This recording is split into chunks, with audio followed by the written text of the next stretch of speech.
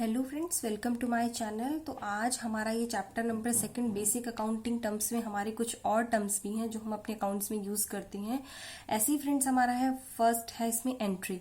Entry basically क्या होता है? एंट्री होता है जो भी आप ट्रांजेक्शन्स को रिकॉर्ड करते हो उसको आप क्या कहते हो? एंट्री। कहाँ पे रिकॉर्ड करोगे? अपनी बुक्स ऑफ अकाउंट्स में, तो आप उसको क्या कहते हैं? एंट्री। आपने बैंक्स में भी सुना है ना, पासबुक में एंट्री होती है। तो एंट्री क्या है? Basically recording of transaction. Passbook में भी आपका रिकॉर्ड ऑफ ट्रांजेक्शन होता है ना, कि आपने इतने पैसे निकाले, इतने विड्रॉ करे, इतने पैसे जमा कराए, तो ये सारा क्या है? Entry. Entry means transaction that is recorded in the books of accounts. 23rd number point है आपका इंसॉल्वेंट। इंसॉल्वेंट मतलब होता है कोई पर्सन, हिंदी में आप बोल सकते हो जिसका दिवालिया निकल जाता है। दिवालिया निकल जाना मतलब जो पर्सन अभी इस पोजीशन पे नहीं है कि वो अपने डेट्स को रीपे कर सके। तो इंसॉल्वेंट क्या है? एक सिचुएशन है या पोजीशन है where an enterprise is not able to pay its dates.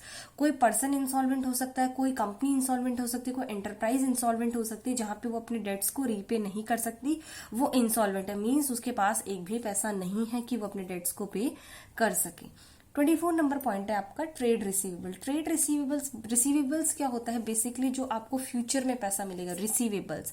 Trade receivables जो बिजनेस वाले रिसीवेबल्स होते हैं, तो जो फ्यूचर में पैसा मिलेगा। आपको पता है सेल कैश भी होती है, क्रेडिट भी होती है। तो कैश सेल में क्या होता है? आपको पैसा इंस्टेंट मिल जाता है, और क्रेडिट सेल ही आपकी ट्रेड रिसीवेबल बन जाती है, क्योंकि पैसा आपको उसी टाइम पे नहीं मिलता। तो फॉर एग्जाम्पल क्रेडिट सेल आपने 30 डेज की कर सकते हो, 45 डेज की कर सकते हो, जो भी आपके टर्म्स एंड कंडीशंस होंगे उसके अकॉर्डिंग आप सेल कर देते हो। तो आपको अगर पैसा जब तक नहीं मिलेगा तो आप बोलोगे रिसीवेबल्स हैं हमारे, मतलब पैसा मिलने वाला है। तो it is basically amount receivable for sale of goods और सर्विसेज। तो वो पैसा किसके अगेंस्ट मिल सकता है? सेल ऑफ गुड्स भी मिल सकता है, सेल और रेंडरिंग ऑफ सर्विसेज से भी मिल सकता है। जिस टाइप का अपना आपका बिजनेस होगा उससे मिलेगा आपको पैसा। It is basically amount due from the customer. तो बेसिकली क्या है? वो पैसा जो कस्टमर को आपको देना है, कस्टमर के ऊपर ड्यू बनता है अमाउंट, ये कस्टमर को आपको पैसा लौटाना है। ट्रेड रिसीवेबल में जो है वो 2 चीजों से जोड़ के बना है। फर्स्ट है हमारा टोटल डेटर्स और बिल्स रिसीवेबल। टोटल डेटर्स में क्या आ जाएंगे?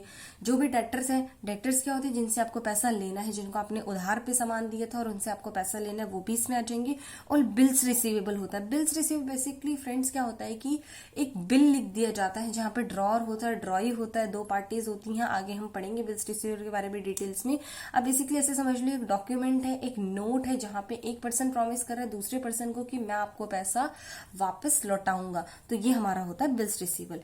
अब डेटर क्या है? Debtor means a person. Debtor कौन हो सकता है? पर्सन हो सकता है, और एन एंटिटी भी हो सकती है। Who pays to the entity amount against credit sale to the good. जिसको क्या करना पड़ेगा? किसी और एंटिटी को या किसी और पर्सन को अमाउंट पे करना पड़ेगा against credit cell of the goods.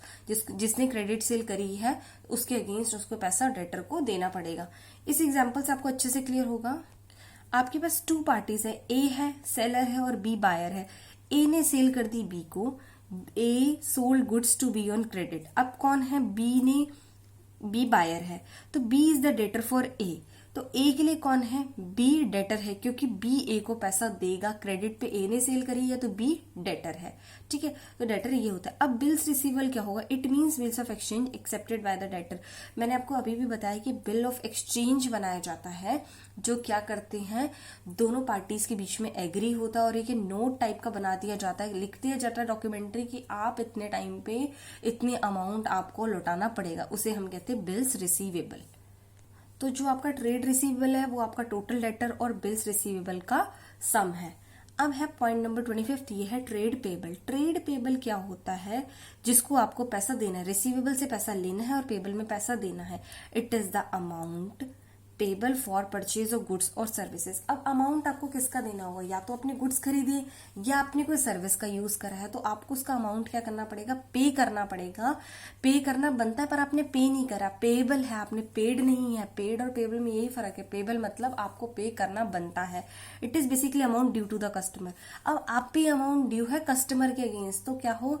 तो ये क्या है? क्रेडिटर। तो कस्टमर आपके क्या बन जाएंगे? क्रेडिटर। यहाँ पे आपको पैसा लेना था तो डेटर, यहाँ पे आपको पैसा पे करना है तो क्रेडिटर।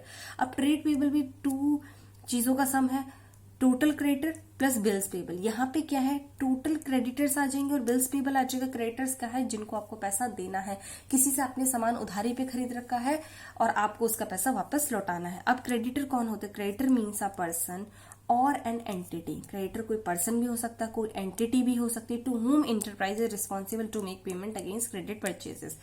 अब क्या है, एंटरप्राइजेज है कोई, उसने क्या है क्रेडिट पे सामान खरीद लिया है, तो क्या है उसको उसका पैसा लौटाना पड़ेगा, तो वो जिसको हम पैसा जिसको देना बनता है हम उसको कहते हैं हमारे क्रेडिटर हैं।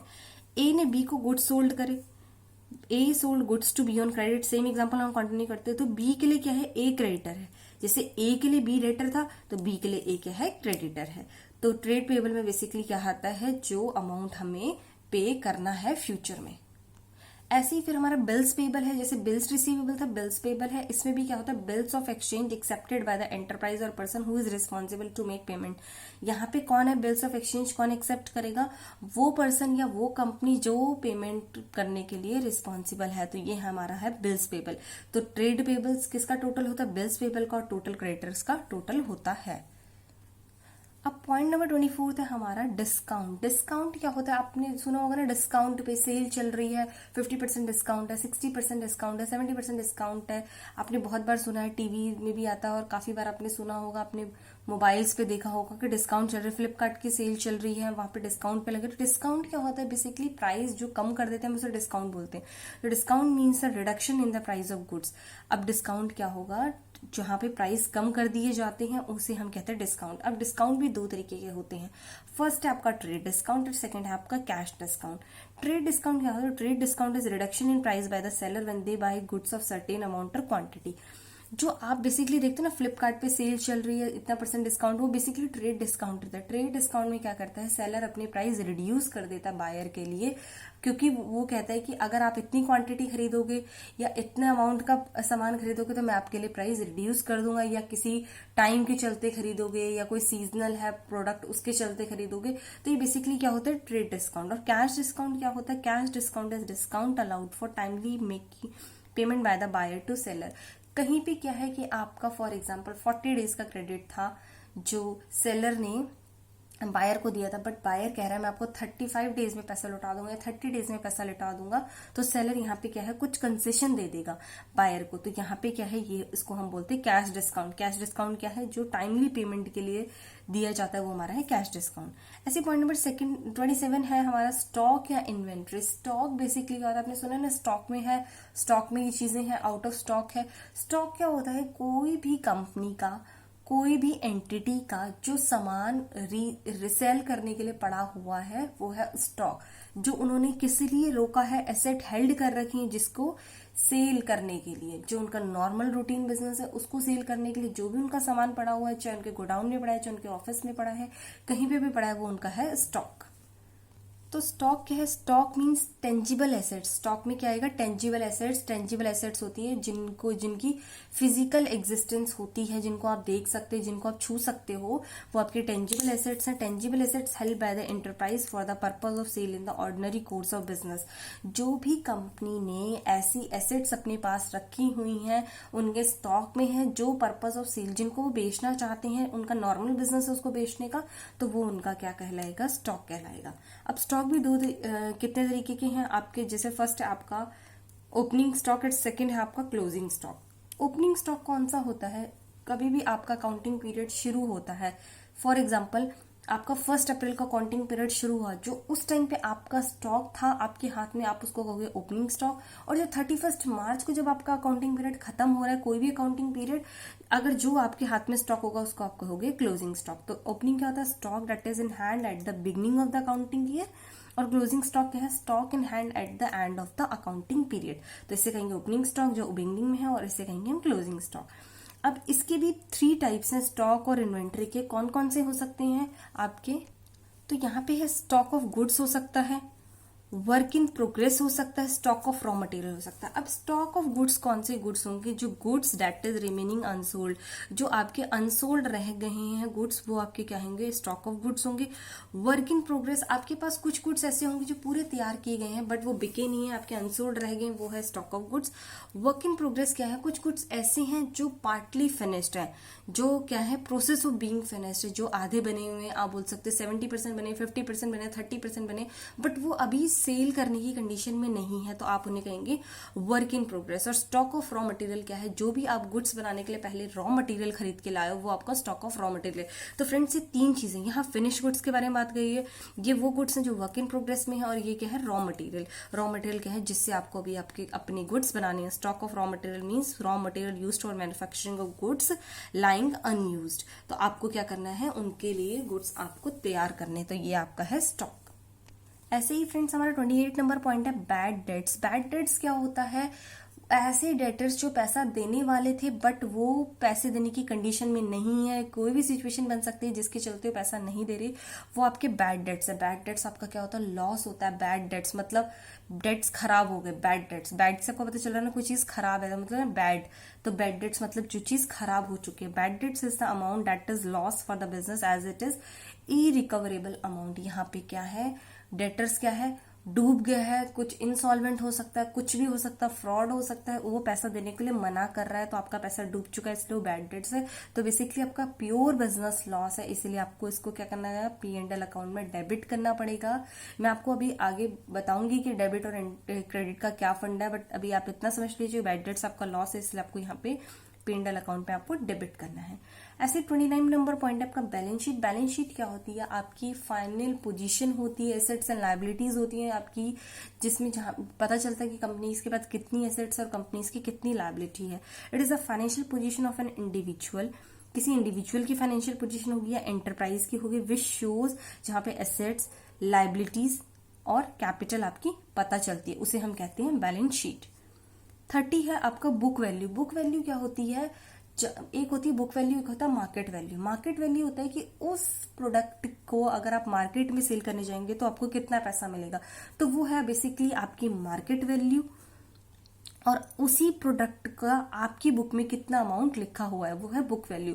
बुक वैल्यू क्या होता है, आप एक प्रोडक्ट, क्योंकि अकाउंट्स में क्या है, आपने एक प्रोडक्ट खरीदा, आप अपने हिसाब से उस पर डेप्रिसिएशन लगा उसको डेप्रिशिएट करते रहते हो, तो आपकी क्या है, बुक वैल्यू पे ही चीजें चलती रहती हैं। फिर है आपका point number 31 cost of goods sold. Cost of goods sold मतलब होता है it is a direct cost of the production of goods sold और सर्विस रेंडर। जो भी आप प्रोडक्ट सेल कर रहे हो उसकी जो भी डायरेक्ट कॉस्ट होती है, जैसे आप कोई प्रोडक्ट सेल कर रहे हो 100 रुपीज का, जो भी उसको बनाने की कॉस्ट है, जो भी उसकी डायरेक्ट कॉस्ट है, वो होता है cost of goods sold. Point number 32 है आपका डेप्रिसिएशन। तो डेप्रिसिएशन बेसिकली क्या होता है, means fall in the value of the assets. Depreciate हो गया, आपने सुना है ना काफी चीजें जिसकी वैल्यू गिर जाती है। वैल्यू कैसे गिरेगी, with the passage of time. Time बढ़ता जाता है तो किसी सामान की वैल्यू गिरती है, वो सामान खराब हो गया, कोई टेक्नोलॉजी आ गई उसकी वजह से, तो डेप्रिसिएशन लगता है। तो depreciation means fall in the value of the assets. Depreciation मतलब क्या होता है, एसेट्स की वैल्यू गिर जाएगी बिकॉज ऑफ यूसेज। अगर आप उसको यूज कर लेते हो, एब्सोल्यूसेंस कुछ खराब हो जाती है, और with the passage of time, और टाइम के चलते जो चीज डेप्रिशिएट करती है उसे हम कहते हैं डेप्रिसिएशन। तो depreciation is charge during the estimated useful life of an asset. तो डेप्रिसिएशन आप बेसिकली कैसे चार्ज करते हो, जैसे आपको पता है ये एसेट्स आपका 10 साल चलेगी, तो आप उसको 10 साल में उसकी वैल्यू आप क्या कर दोगे, जीरो कर दोगे। 10 साल में इस एसेट्स की वैल्यू जीरो हो जाएगी, तो आप उस हिसाब से आप डेप्रिसिएशन चार्ज करते हो। फिर पॉइंट नंबर 33 एंटिटी। एंटिटी क्या होता है, मीन्स एन एंटरप्राइज, कोई एक ऐसी enterprise that is establish as per law to engage in business activity, जो लॉ के चलते आपने बनाई है और जो कि क्या कर रही है, बिजनेस एक्टिविटी कर रही है। लॉ के चलते मतलब लीगल एक्टिविटी कर रही है, हम उसे कहते हैं entity. This includes partnership firm. अब एंटिटी में क्या आएगा, आपका पार्टनरशिप फर्म्स आएंगी, कॉर्पोरेशंस आएंगे और कंपनीज आएंगी। तो एंटिटी इसमें से कुछ भी हो सकती है, आप सारी चीजों को आप एंटिटी बोल सकते हो। 34 है आपका डेबिट। डेबिट और क्रेडिट आपको पता है सारा अकाउंट्स डेबिट और क्रेडिट पे बेस है। तो डेबिट क्या है, हर अकाउंट के 2 पार्ट्स होते हैं। लेफ्ट साइड को आप डेबिट साइड बोलते हैं और राइट साइड को आप क्रेडिट साइड बोलते हैं। आगे हम डिटेल में भी देखेंगे डेबिट और क्रेडिट क्या होता है। बेसिकली आप अभी इतना समझ लीजिए, डेबिट लेफ्ट साइड इसको डेबिट साइड और राइट साइड इसको हम क्रेडिट साइड बोलते हैं। ऐसे पॉइंट नंबर 35 है क्रेडिट साइड क्या है, क्रेडिट क्या है, right side of the account, उसको आप क्रेडिट साइड बोलते हो। 36 है सॉल्वेंट। आपने जैसे इंसॉल्वेंट पढ़ा था, जहां पे पर्सन इस पोजीशन में नहीं है कि वो डेट्स को पे कर सके, ऐसे सॉल्वेंट होता है। Solvent means a position in which person और enterprise is able to pay its dates. यहाँ पे क्या है, वो पर्सन, वो कंपनी सिचुएशन में कि अपने सारे डेट, सारे उधार क्लियर कर सकती है, उसको हम क्या कहते हैं, सॉल्वेंट। सॉल्वेंट मतलब ठीक कंडीशन में है, हम उसे कहते हैं सॉल्वेंट। फिर पॉइंट नंबर 37, प्रोप्राइटर। प्रोप्राइटर क्या होता है? The person who makes investment, जो इन्वेस्टमेंट लगाता है, and bears all the risk, जो सारा इन्वेस्टमेंट लगाता है, सारा रिस्क बियर करता है, उसको क्या कहते हैं? प्रोप्राइटर। प्रोप्राइटर क्या है? जो बिजनेस में पैसा लेके आता है। पॉइंट नंबर 38 है रिबेट। रिबेट क्या होता है? बेसिकली कुछ छूट देना, कुछ डिस्काउंट देना, किसमें? प्राइस में। अब क्या है? Rebate is reduction in price allowed by the seller.